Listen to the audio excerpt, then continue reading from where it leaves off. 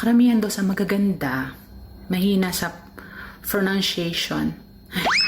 Pronouncement? Pronouncing? Basta. Ganda ako. Sabi ng ex ko, hindi na raw ako makakita ng katulad niya. Oh, thanks God! Mabuti naman.